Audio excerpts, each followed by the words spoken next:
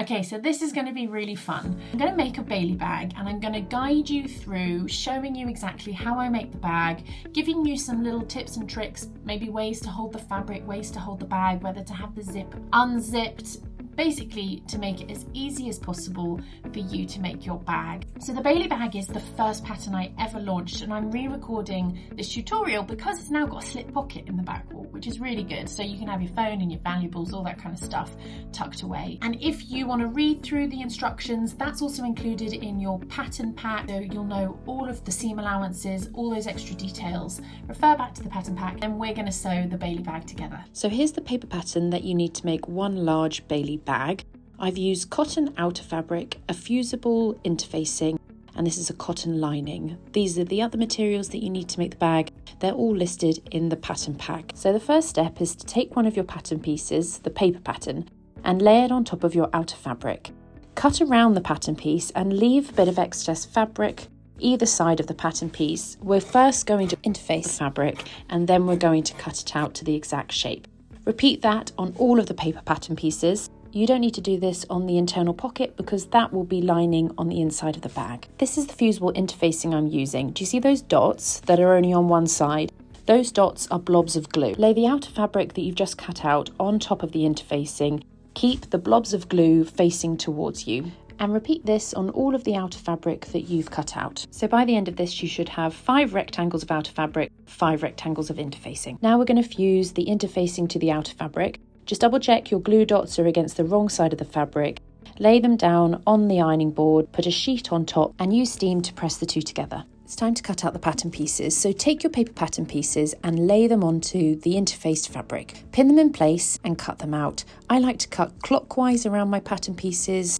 And then don't forget to cut in your notches. These are your markers whilst you're sewing. They're super important. And then repeat this step on all the other interfaced rectangles. Now we're going to find the center of the zip. This will be really useful when you're lining up your pattern pieces to keep everything straight. So fold your zip in half and then mark the center on either side of the zip tape with a pen. I recommend not snipping into the zip tape, just because when you're sewing, sometimes the zip tape can shift slightly and you'll get a better result if you just use a pen to mark the center notches. This is a zip guide pattern piece, so you're going to use this to mark the notches onto the zip tape. Lay those 2 center notches on top of the 2 notches that you marked on the zip tape. And then where the notches to the left and the right of that center notch fall, you're going to mark them on the zip tape. Okay, it's time to do some sewing. Fold the lining pocket in half and make sure the right sides are facing towards each other. Match the center notches and then sew the side seams with a 1 centimeter seam allowance. I like to then trim the top corners at an angle, and that just helps when you flip out the pocket that you get a really nice crisp edge. So if you want to make a product that looks really good, like you can have a good bag and then you can have a really good bag. And doing things like pressing the internal pocket just makes that top edge look really crisp, and then top stitch along that folded top edge at a 1.5 centimeter seam allowance. Now you're going to place the lining pocket on the lining back. So there's a center notch on both of them on the bottom curved edge. You want to match up those notches and pin the pocket in place. And now sew where that pocket is with a 0.5 centimeter seam allowance. Now you're going to pin the sides of the pocket and edge stitch down the sides to secure it in place. I like to back stitch quite a few times at the top of the pocket just to make sure it's really secure. So it's time to sew in the zip. I really recommend using a sewing foot on your machine. You'll be able to get really close to your zip teeth that way. Find the center notch on your zip tape and match that to the right side of the center notch on your outer fabric. Match up the other notches which are either side of that center notch,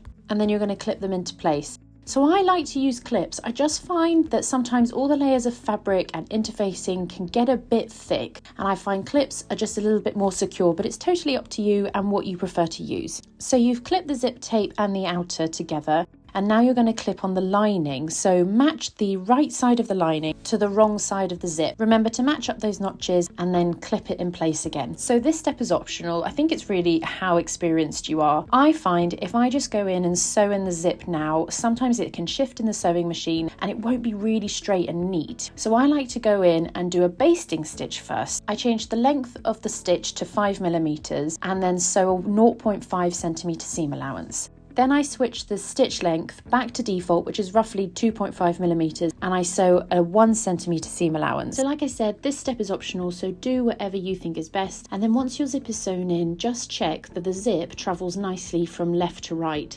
You don't want it to be catching in any place, so just double check that. Now we're going to top stitch against the zip. So I like to clip the bottom of each pattern piece. Occasionally I've sewn it and the fabric has rolled under itself and it hasn't been really neat. So this is my trick to keep the fabric in place.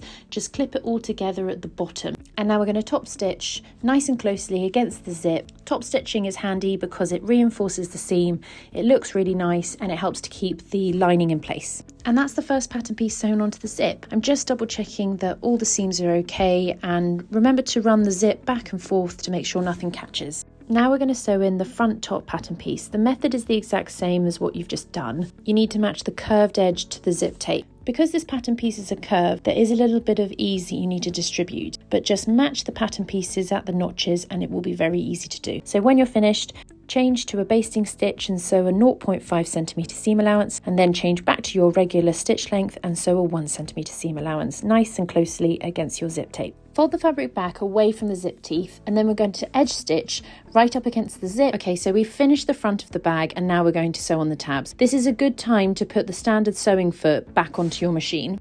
You want to line up the longest side on the tab against the side of the front of the bag. These two notches on the tab are important. They indicate where the zip should lie.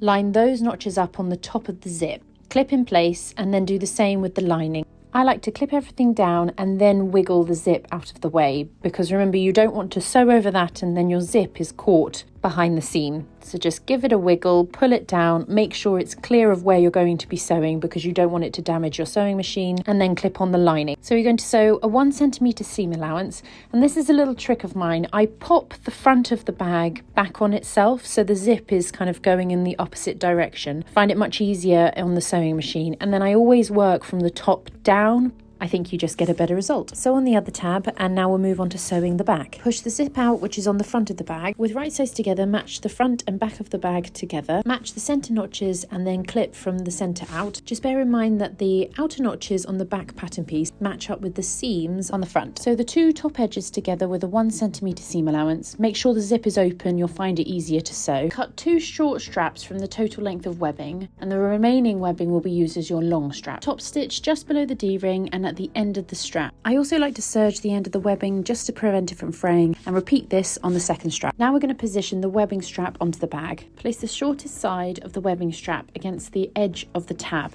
Keep the webbing strap nice and snug up against the seam which is joining the front to the back. Fold the back of the bag over to the front so the webbing strap is sandwiched between the two, and clip the webbing into place.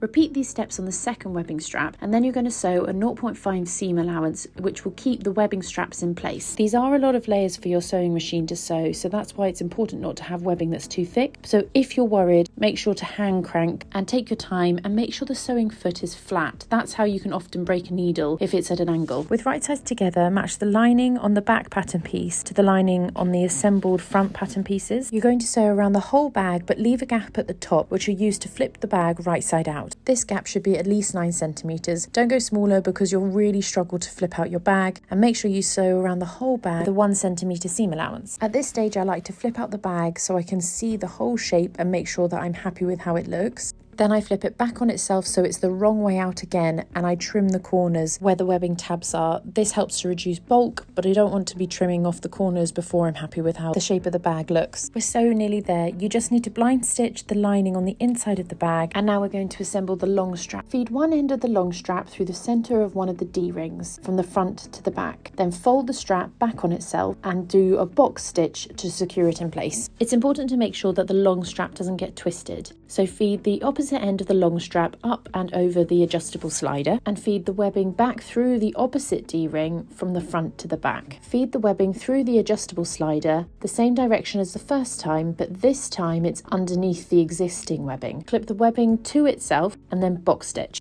And that's it, we've made a baileigh bag. I hope you're really proud of yourself. I just love this pattern. It's such a great one for gifts, but also if you're making a bag for yourself. It's so handy having a bag that's close to your body, but also big enough that you can fit everything that you need.